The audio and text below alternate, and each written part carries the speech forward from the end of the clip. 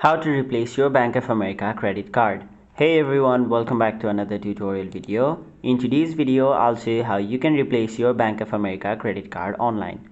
So to do that, first of all, go to any web browser on either your mobile device or your desktop, and in the web address bar, simply type in bankofamerica.com. Now you'll be taken to this page where you'll have to log into your Bank of America's online banking account. Now once you're logged in, your home page will look somewhat like this, where you'll have to tap on the accounts tab, which is in the top left side of the screen. Now tap on the option manage card settings. After that, you'll be taken to this page where you'll have to tap on the option order a new or replacement card.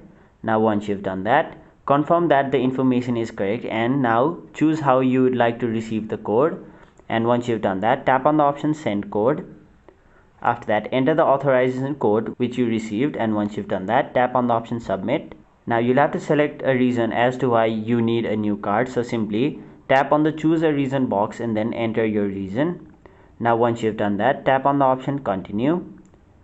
Now if you suspect a fraud, simply tap on the option yes, but if you don't, you can simply tap on the option no. Now you'll have to confirm your card holder details, so once you've done that, tap on the option continue.